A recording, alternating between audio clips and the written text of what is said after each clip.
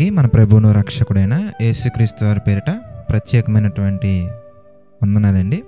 ఎఫెసీయులకు రాసినటువంటి పత్రిక 6వ అధ్యాయము 9వ వచనాన్ని చూద్దాం. ఎఫెసీయులకు రాసినటువంటి పత్రిక 6వ అధ్యాయము 9వ వచనాన్ని చూద్దాం. యజమానులారా, మీకును వారికిని యజమానుడైన వాడు పరలోకమందున్నాడనియు ఆయనకు పక్షపాతము లేదని ఎరిగిన వారై వారిని ఎదురించుట బెదిరించుట మాని ఆ ప్రకారమే వారి ఎడల ప్రవర్తించుడి. కనుక జనరల్గా ఈ భూమి మీద మనం ఎవరో ఒకరి కింద మనం వర్క్ చేయటమో లేదంటే మన కింద ఎవరో ఒకరు పని చేయటమో జరుగుతూ ఉంటుందండి.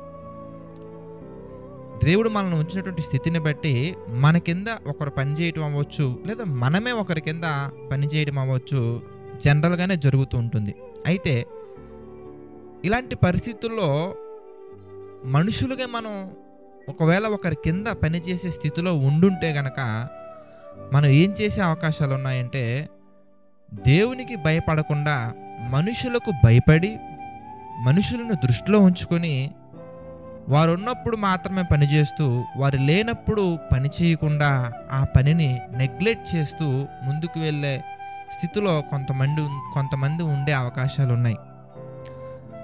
అదేవిధంగా ఎవరైతే యజమానులుగా ఉన్నారో వారిలో ఉండే ఒక బాధాకరమైనటువంటి ఒక దేవునికి నచ్చనటువంటి క్వాలిటీ ఏంటంటే, వారి కింద పనిచేస్తున్నటువంటి వారిని వారి పట్ల అసభ్యంగా ప్రవర్తిస్తూ, వారి పట్ల దురుసుగా ప్రవర్తిస్తూ, వారి పట్ల అనేక రకమైనటువంటి చెడు ఆలోచనలు కలిగి వారిని హింసిస్తూ వేధిస్తూ బాధపడుతూ ఉంటారండి. మరి బాధ పెట్టే వాళ్ళకి దేవుని యొక్క వాక్యం ఏమని సెలవిస్తుందంటే, మీరు ఒక విషయం గుర్తుంచుకోండి యజమానులారా, మీరు ఎవరినైతే బాధ పెడుతున్నారో మీ పైన వారిపైన అందరిపైన ఒక యజమాని ఉన్నారు, ఆయన పరలోకమందున్నటువంటి దేవుడు. అంటే దీన్ని బట్టి మనకి ఏమర్థమవుతుందంటే, ఎందుకు ఈ విషయాలన్నీ దేవుడు చెప్తున్నారు అని మీరు జాగ్రత్తగా ఒకసారి బైబిల్లో నుంచి మరికొన్ని విషయాలను మరికొన్ని అంశాలను మనం జాగ్రత్తగా ధ్యానించినట్లయితే 6వ అధ్యాయంలోనే మనం ఫస్ట్ నుంచి కాకుండా 6వ వచనం నుంచి మనం చూద్దాం, లేదా 5వ వచనం నుంచి మనం చూద్దాం. దాసులారా, యథార్థమైన హృదయము గలవారై భయముతోనూ, చూడండి, దాసులారా యథార్థమైన హృదయము గలవారై భయముతోనూ వణుకుతోనూ క్రీస్తుకు వలె శరీర విషయమై మీ యజమానులైన వారికి విధేయులయుండుడి. ఇంకా మనం గమనించినట్లయితే, మనుషులను సంతోషపెట్టువారు చేయునట్లు కంటికి కనబడుటకే కాక క్రీస్తు దాసులమని ఎరిగి దేవుని చిత్తమును మనపూర్వకముగా జరిగించుచు మనుషులకు చేసినట్టు కాక ప్రభువునకు చేసినట్టే ఇష్టపూర్వకముగా సేవ చేయుడి. అంటే మనుషులకు కనబడవలనని వారు చూస్తున్నారని వీళ్ళు చూస్తున్నారని. కానీ తమ్ముళ్ళు చెల్లెళ్ళు, మీరు పనిచేసే ఆ అట్మాస్ఫియర్లో, మీరు పనిచేసే ఆ పర్టికులర్ జాబ్లో నీ తోటి కొలీగ్స్, నీతో పాటు పనిచేసే ఎంప్లాయీస్ వారి పైన ఉన్నటువంటి అధికారులు చూడాలని, అధికారులకు కనిపించాలని, మనుషులకు కనబడవాలని వారు అనేక రకంగా చేస్తూ ఉంటారు. వాళ్ళని మనం ఫాలో అవ్వాల్సిన అవసరం లేదు, వాళ్ళని మనం మాదిరిగా తీసుకోవాల్సిన అవసరం లేదు. ఎందుకంటే అది మంచి క్వాలిటీ కాదు. అంటే మనుషులు ఉన్నప్పుడు ఒకలాగా లేనప్పుడు ఒకలాగా కాకుండా దేవుని చిత్తమును మనపూర్వకంగా జరిగించుచు దేవుని యొక్క ఉద్దేశాలను, దేవుని యొక్క ఆలోచనలు దృష్టిలో ఉంచుకొని మనం మనుషులకు కనబడవాలని కాక దేవుడు చూస్తున్నారు, దేవునికి మనం లెక్క అప్పచెప్పాలి, దేవుడు నాకు ఈ ఉద్యోగాన్ని ఇచ్చారు, దేవుని చిత్త ప్రకారం నేను ఈ యొక్క ఉద్యోగాన్ని ఈ ఉద్యోగం పట్ల దేవుడు నాకు ఇచ్చినటువంటి బాధ్యతను నేను నెరవేర్చాలి, దేవుడు నాకు అప్పగించినటువంటి పనిని నేను సంపూర్ణంగా చేయాలి, దానిని నేను లోటుపాటులు లేకుండా చేయాలని దేవుడు మనల్ని ఏ స్థితిలో ఉంచారో, కొంతమందిని చదువుకునే స్థితిలోనే ఉంచుంటారు, కొంతమందిని జాబ్కి ప్రిపేర్ అయ్యే స్థితిలో ఉంచుంటారు, కొంతమందికి ఉద్యోగాన్ని ఇచ్చుంటారు, కొంతమందికి వారి పైన అధికారిగా ఉంచుంటారు. దేవుడు మనల్ని ఏ స్థితిలో ఉంచినా కానీ, ఒక స్టూడెంట్గా ఉంచితే ఒకవేళ మనం దేవుడు మనల్ని ఉంచినటువంటి ఆ స్థితికి తగినట్టుగా మనం నడుచుకోవాలి. అంతేగాని ఫ్యాకల్టీ ఉన్నప్పుడు ఒకలాగా, ఫ్యాకల్టీ లేనప్పుడు ఒకలా కాదు. అలాగే మనల్ని ఒకవేళ దేవుడు ఫ్యాకల్టీగానే ఉంచితే మరి అడ్మినిస్ట్రేషన్ ఉన్నప్పుడు ఒకలాగా లేనప్పుడు ఒకలాగా కాదు, చిల్డ్రన్ ఉన్నప్పుడు ఒకలాగా లేనప్పుడు ఒకలాగా కాదు. ఎప్పుడైనా కానీ దేవుడు మనకు అప్పగించినటువంటి బాధ్యత ఏంటి, దాని యొక్క విధులేంటి అని వాక్యానుసారంగా మనం ఆలోచించి, వాక్యానుసారంగా మనం ధ్యానించి, మరి దేవుని యొక్క చిత్తాన్ని జరిగించే విధంగా మనకు అప్పగించబడిన ప్రతి విధిని కూడా మనం ఏం చేయాలయ్యా అంటే న్యాయం చేయగలిగేలా మనం ఉండాలి. బ్రదర్ అలా వెళ్తుంటే ఎక్కడ బ్రదర్, న్యాయంగా మనం వెళ్తుంటే, యథార్థంగా మనం వెళ్తుంటే ఎవరూ మనల్ని గుర్తించట్లేదండి. నాకు కలిసి రావట్లేదు బ్రదర్. న్యాయంగా వెళ్తుంటే నాకు అన్యాయం ఎదురవుతుంది బ్రదర్. మంచి కోసం నేను వెళ్తుంటే నాకు చెడు ఎదురవుతుంది బ్రదర్. మీకు తెలుసా ఏం జరిగిందో? నేను ఎవరిని పట్టించుకోకుండా, ఎవరిని నేను ఏమనకుండా, దూషించకుండా, నేను ప్రేయర్ఫుల్గా బైబిల్ ప్రకారంగా నేను ఎవరిని నేను దూషించకుండా, హింసించకుండా, ఎవరి పట్ల నేను అసూయ మత్సరం లేకుండా నా పని నేను చేసుకుంటూ వెళ్తుంటే, నా పనిని సక్రమంగానే చేస్తున్నాను బ్రదర్. కానీ నా మీద అనేకమైన రూమర్స్ స్ప్రెడ్ చేసి మా టీం లీడర్ చేత నా మీద ఎన్నో రకాల నిందలు వేయించి ఈరోజు నా ఉద్యోగం ఉండాలా పోయాలా అనే విధంగా మేనేజర్ వరకు నా పైన ఎస్కలేషన్స్ తీసుకువెళ్తున్నారు బ్రదర్. మరి అలాంటప్పుడు నేను వాళ్ళ మీద పగ తీర్చుకోవద్దా బ్రదర్? అలాంటప్పుడు నేను రివెంజ్ తీర్చుకోవద్దా బ్రదర్? మంచికి రోజులు ఎక్కడ ఉన్నాయి బ్రదర్ చెప్పండి బ్రదర్ అంటున్నారండి చాలామంది. ఇంకొంతమంది బ్రదర్ నేను వాళ్ళతో కలిసి ఆ ముచ్చట్లో నేను పార్టిసిపేట్ చేయకపోవటం వల్ల, వాళ్ళతో కలిసి నేను అనేక అనవసరమైనటువంటి వాటిలో పార్టిసిపేట్ చేయకపోవటం వల్ల వాళ్ళని ఒక రకంగా చూస్తున్నారు బ్రదర్, నన్ను అదోలా చూస్తున్నారు బ్రదర్. వాళ్ళు నెక్స్ట్ ప్రాజెక్టు నన్ను ఉంచుకోరేమని నాకు భయంగా ఉంది బ్రదర్. ఇక అందుకని మనసులో లేకపోయినా కానీ బయట మాత్రం నేను వాళ్ళతో కలిసి ఉన్నట్టుగా నటిస్తున్నాను బ్రదర్. కానీ నా హృదయం అయితే గద్దిస్తుంది బ్రదర్. కరెక్టే కదా సిస్టర్, కరెక్టే కదా బ్రదర్. అపహాసకులు చోటన కూర్చోండు కానీ దేవుడు మనకి వాక్యం ద్వారా సెలవిస్తున్నప్పుడు అపహాసకులు కూర్చునే దగ్గర మనకి పనేంటి? పోనీ అక్కడ వాళ్ళు ఏమైనా ప్రాజెక్ట్ డిస్కస్ చేస్తారా అంటే ప్రాజెక్ట్ డిస్కస్ చేయరండి, పర్సన్స్ గురించి డిస్కస్ చేస్తారు. ఆ అమ్మాయికి మ్యారేజ్ అయిందా, ఈ అబ్బాయికి మ్యారేజ్ అయిందా, ఇంకా సింగిల్స్ ఎంతమంది ఉన్నారు, ఇంకా కపుల్స్ ఎంతమంది ఉన్నారు, ఎంతమంది కన్సీవ్ అయ్యారు, మన మేనేజర్కి ఏమైంది ఈ మధ్య, అతనికి ఏమైంది, ఇతనికి ఏమైందని ఆ వాళ్ళ గురించి వీళ్ళ గురించి మాట్లాడుకుంటూ, మనిషి లేనప్పుడు మనిషి గురించి మాట్లాడుతూ, మనిషి లేనప్పుడు మనిషి గురించి ప్రస్తావన తీసుకొచ్చి, మనిషి లేనప్పుడు మనిషి గురించి అపహాస్యము చేస్తూ వారు అపహాసకులుగా ఉన్నప్పుడు వారి దగ్గర మనం ఉండవలసిన పనేంటి అనగానే నెక్స్ట్ ప్రాజెక్టు నన్ను ఉంచుకోరేమో బ్రదర్. నీకు ఉద్యోగాన్ని ఇచ్చినటువంటి దేవుని మీద ఆధారపడకుండా చెడులో నడిపించే వారి వైపు నువ్వు వెళ్తున్నావా? అలా వెళ్ళకూడదండి. ఎందుకంటే మనుషులకు కనబడవలనని కాక, మనుషులు చూస్తున్నారని కాక, దేవుడు చూస్తున్నారు. దేవుడు నీకు ఉద్యోగాన్ని ఇచ్చారు. ఉద్యోగాన్ని ఇచ్చిన తర్వాత నువ్వు దేవుని యొక్క చిత్త ప్రకారంగా నడుచుకోకుండా, దేవుని యొక్క ఉద్దేశాల ప్రకారంగా వెళ్ళకుండా వాళ్ళకి కనబడాలని కనుక నువ్వు ఒకవేళ అలాంటి చెడు క్వాలిటీస్లో, చెడు సంబంధమైనటువంటి యాక్టివిటీస్లో, కార్యకలాపాలలో కనుక ఒకవేళ నీవు పాలిభాగస్తురాలు అవుతున్నావేమో, పాలిభాగస్తులు అవుతున్నామో ఒకసారి గుర్తుంచుకోవాలి బ్రదర్, ఒకసారి గుర్తుంచుకోవాలి సిస్టర్. దావీదు గారి వల్ల మనం ఒక మాట చెప్పగలగాలి, ప్రాణముతో ప్రాణమా ఆయన చేసిన ఉపకారములలో దేనిని మరవకమని చెప్పాలి. ఎందుకంటే ఈ ప్రాణం అనేది చెడుకు ప్రోత్సహించే విధంగా చుట్టుపక్కల పరిస్థితులు మనం తీసుకురాకూడదు. ఇంకా మనం చూస్తే అక్కడ 8వ వచనం మనం చూద్దాం. దాసుడైనను, చాలా చక్కగా దేవుని వాక్యం ఈరోజు మనతో మాట్లాడుతుంది. దాసుడైనను స్వతంత్రుడైనను మీలో ప్రతి వాడును ఏ సత్కార్యము చేయునో దాని ఫలము ప్రభువు వలన పొందునని మీరెరుగుదురు. మీకు ఒక విషయం తెలుసు ఏంటి? ఎందుకంటే మనం సత్కార్యం చేస్తే గనక తప్పకుండా దాని యొక్క ఫలాన్ని మనం పొందుకుంటాం. నువ్వు దాసుని స్థితిలో ఉన్నా, యజమానుని స్థితిలో ఉన్నా, యజమానుడు నీ పైన సత్కార్యంగా కాకుండా నీ మీద చెడు ప్రభావాలను చూపిస్తూ వెళ్తూ ఉన్నారు, కానీ నీవు మాత్రం న్యాయంగానే ఉన్నావు, నీవు మాత్రం యథార్థంగానే ఉన్నావు, నీవు మాత్రం మంచే చేస్తున్నావు, నీవు మాత్రం దేవుని చిత్త ప్రకారంగానే వెళ్తున్నావు. అయితే ఒక విషయం గుర్తుంచుకో, తప్పకుండా దేవుడు మనకి ప్రతిఫలితాన్ని ఇస్తారు. ప్రభువు ఇస్తారు మనకి, మనుషులు కాదు. ఓకే, వాళ్ళు నీ మీద రూమర్స్ చెప్పినప్పటికీ నువ్వు మాత్రం వారి ఎడల ప్రేమనే చూపిస్తూ ఉన్నావు. వారు నీ పట్ల అసభ్యంగా ప్రవర్తించినప్పటికీ దేవుని యొక్క ప్రేమను పంచే వ్యక్తిగానే ఉన్నావు. దేవుడు నీకు ఇచ్చినటువంటి యాక్టివిటీస్ నువ్వు పరిపూర్ణంగా పూర్తి చేసే పనిలోనే ఉన్నావు. అయితే భయపడొద్దు, ఎందుకంటే దేవుని యొక్క వాక్యం సెలవిస్తుంది, తగిన కాలమందు. ఆ మాట చూద్దాం ప్రియులారా. గలతీలకు రాసినటువంటి పత్రిక మనం చూస్తే 6వ అధ్యాయం మనం చూద్దాం. 9వ వచనం మనం చూస్తే, గలతీలకు రాసినటువంటి పత్రిక 6వ అధ్యాయం 9వ వచనం మనం చూస్తే, మనము మేలు చేయుట యందు విసుకక ఉందము.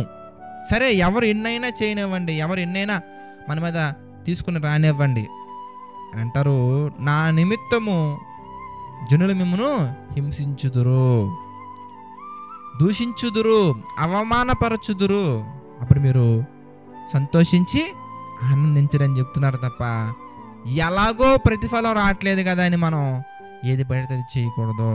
ప్రియులారా, ప్రతి ఒక్కటి కూడా విత్తిన వెంటనే అది పంట చేతికి రావటానికి కొంత సమయం పడుతుందండి.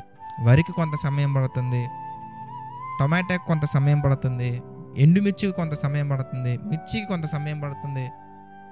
ప్రతి ఒక్క దానికి సమయం పడుతుంది. ఎందుకు పడుతుంది అనగానే అది దేవుడు నియమించినటువంటి కట్టడ.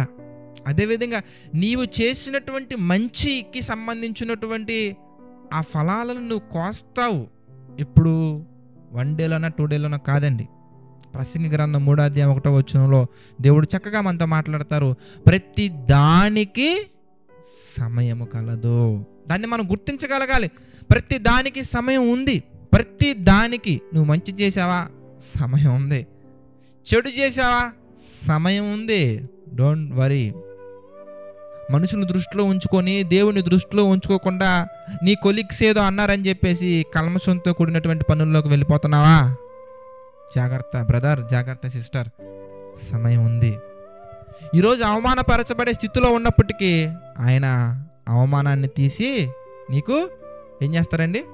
అవమానాన్ని తీసి అభినందనలు కలిగేలా చేస్తారాయన, ఆశీర్వదిస్తారాయన, నిందలన్నీ తీసేస్తారాయన, మనకి గొప్ప చేస్తారని మన నిందలన్నీ తీసేసి. అందుకే మీరు చూస్తే 9వ వచనం మనం చూద్దాం. గలతీ పత్రిక 6వ అధ్యాయం 9వ వచనం మనం చూస్తే, మనము మేలు చేయుట యందు విసుకక ఉందము, మనము అలయక మేలు చేసితమేని, ఏమండి, అలయక మేలు చేసితమేని తగిన కాలమందు పంట కోతుము. తప్పకుండా తగిన కాలంలో పంట కోస్తాము. అది ఇమ్మీడియట్గా జరుగుద్దని మీరు ఎలా అనుకుంటున్నారండి? ఇమ్మీడియట్గా జరగదు, జరగకపోవచ్చు, జరగవచ్చు. ఎందుకంటే దేవుని యొక్క నిర్ణయాన్ని బట్టి సమస్తము సమకూడి జరుగుతూ ఉంటాయి. కొన్ని సందర్భాల్లో మనం గమనించినట్లయితేనండి, చివరి వరకు అది మనకి సక్సెస్ అవ్వదన్నట్టుగా కనపడుతూ ఉంటాయండి. ఈవెన్ నా జీవితంలో కూడా నేను చాలా అలాంటివి ఎదుర్కొని ఉన్నాను. చాలా, 1 కాదు 2 కాదు, చాలా. కొంతమంది మాట్లాడుతూ కొన్ని కమెంట్స్ పెడుతూ ఉంటారు, నిజమే బ్రదర్, మీరు చెబుతున్నటువంటి విషయాలు, వాక్యానుసారంగా మీరు చూపించే విషయాలు ఎంతో హృదయాన్ని ఆదరిస్తున్నాయి, ఎంతో బలపరుస్తున్నాయి బ్రదర్ అంటూ ఉంటారు. అందులో కమెంట్స్లో కొన్ని షేర్ చేసుకున్నప్పుడు రియల్లీ ఆ ప్రాక్టికల్గా వాళ్ళు దేవుని యొక్క వాక్యాన్ని అనుభవపూర్వకంగా వాళ్ళు తెలుసుకున్నప్పుడు అది చాలా అద్భుతంగా, చాలా ఆనందంగా కనిపిస్తూ ఉంటుంది. ప్రియులారా, మనం దేని గురించి చింతించామో, దేని గురించి అయితే వరి అయ్యామో, అది మన జీవితంలో జరిగిపోయిన తర్వాత ఇంత చిన్నదాని కోసమే నేను ఆలోచించింది, ఇంత చిన్నదే కదా దేవుడు చేశారు కదా, ఇంత చిన్నదాని కోసమే నేను అనుకుంటా ఉంటారండి. Yes, exactly. ఎందుకంటే ప్రాజెక్ట్ మేనేజర్ దృష్టిలో నిన్ను చెడుగా ప్రొజెక్ట్ చేస్తున్నప్పటికీ దేవుడు తగిన కాలం ముందు ఆశీర్వదిస్తారు. మొర్దెకై విషయంలో మనం చూడలేదా? మొర్దెకై విషయంలో మనం చూస్తే ప్రియులారా, మొర్దెకైని చెడుగా ప్రొజెక్ట్ చేయడం కోసం ఎంత ప్రయత్నించాడు. చివరికి తాను తీసుకున్నటువంటి గోతులో తానే పడేలా దేవుడు చేయలేదా? యూదా ప్రజలందరి మీదకి చెడు రాబోతున్నప్పుడు దేవుడు తగిన కాలంలో వారిని ఆదుకోలేదా? మన జీవితాల్లో కూడా మనం ఆధారపడేది దేవుని మీద ఆధారపడగలిగితే, మన ఉద్దేశాలు, మన యొక్క ఆలోచనలు ప్రతి ఒక్కరు కూడా దేవుని చిత్త ప్రకారం నడిపించుకోగలిగితే, చివరి క్షణం వరకు కూడా మనకి కీడే జరుగుతుందని జనులు అందరూ అనుకుంటారండి. కానీ చివరి క్షణంలో మన దేవుని పేరు ఏంటండి? ఆశ్చర్యకరుడు ఏం చేస్తారయ్యా అంటే, చివరి క్షణంలో మనం ఏదైతే కీడు జరిగిపోతుందేమో, ప్రభువా నిన్ను నమ్ముకున్నానయ్యా, నీ మీద ఆధారపడి ఉన్నానయ్యా, ఏం చేయాలి అనుకున్నప్పుడు చివరి క్షణంలో ఏం చేస్తారయ్యా అంటే ప్రతి దాన్ని కూడా అద్భుత రీతిలో మార్చి ఆశ్చర్యకరుడు మన జీవితంలో ఎన్నో ఆశ్చర్యాలు చేస్తారండి.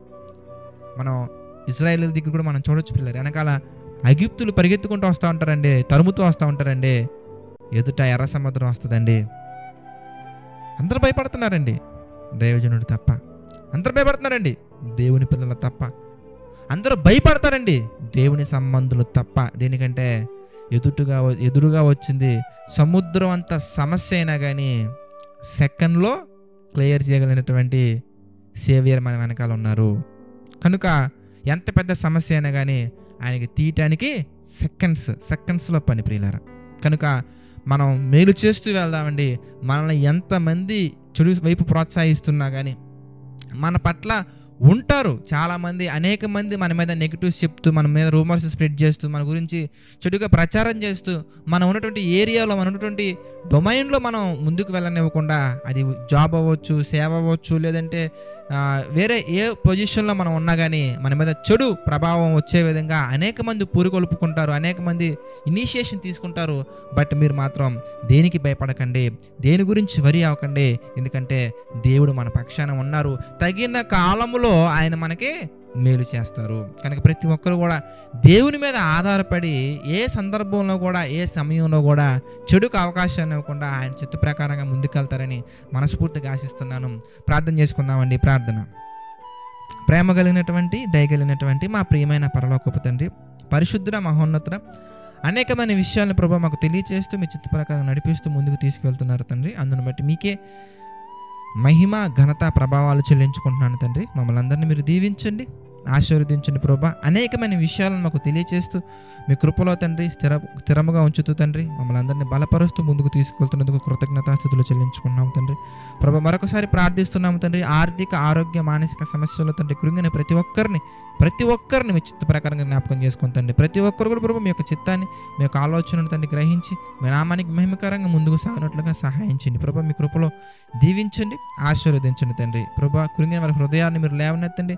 మీ కృపలో మా తండ్రి బలంగా వాడుకోండి. మీ యొక్క నామానికి మహిమకరంగా తండ్రి ప్రతి ఒక్కరు నిలబెట్టండి, సహాయించండి తండ్రి. ప్రభా, అలాగే తండ్రి ఎగ్జామ్స్ నిమిత్తం ప్రిపేర్ అవుతున్న వారిని జ్ఞాపకం చేసుకుని తండ్రి, ఎగ్జామ్స్లో ప్రభు మంచి మార్క్స్ మా తండ్రి సంపాదించుకొని అన్ని సబ్జెక్ట్స్లో ప్రభు మీ చిత్త ప్రకారంగా క్లియర్ చేసుకుని తండ్రి మీకు మహిమకరంగా మంచి మేలైన వార్తలు మేము ఉన్నట్లు మాకు సహాయించండి తండ్రి. అదేవిధంగా ప్రభు తండ్రి మరి నమ్మకంగా యథార్థంగా పరిచర్య చేస్తున్నటువంటి వారిని మీరు జ్ఞాపకం చేసుకోండి, దీవించండి, ఆశీర్వదించండి తండ్రి. ఈ యొక్క పరిచర్యకు తండ్రి ఆర్థికంగా సహకారంగా నిలబడుతున్న ప్రతి వారిని మీరు జ్ఞాపకం చేసుకుని తండ్రి, ప్రార్థన పరంగా మా తండ్రి నిలబడుతున్న ప్రతి వారిని జ్ఞాపకం చేసుకొని, సంపూర్ణమైన సేవకు వచ్చిన ప్రతి వారిని జ్ఞాపకం చేసుకుని తండ్రి, వారి కుటుంబాలను వారిని మా తండ్రి దీవించండి, ఆశీర్వదించండి, బలపరచండి. ప్రభావ మీ చిత్తమైతే మేము మరొకసారి కలుసుకొని అనేకమైన విషయాలు ధ్యానించి ధన్యతను అందించండి తండ్రి. దేవ, సమస్త మహిమ, ఘనత, ప్రభావాలు మీకే చెల్లించుకుంటూ ప్రతి ఒక్కటి మీ చిత్త ప్రకారంగా జరిగించమని వేడుకుంటూ మా ప్రభువును రక్షకుడైన యేసుక్రీస్తు వారి పేరిట ఈ యొక్క ప్రార్థనను అడిగి వేడుకొనుచున్నాము తండ్రి. ఆమెన్. అందరికీ వందనాలండి. God bless you all.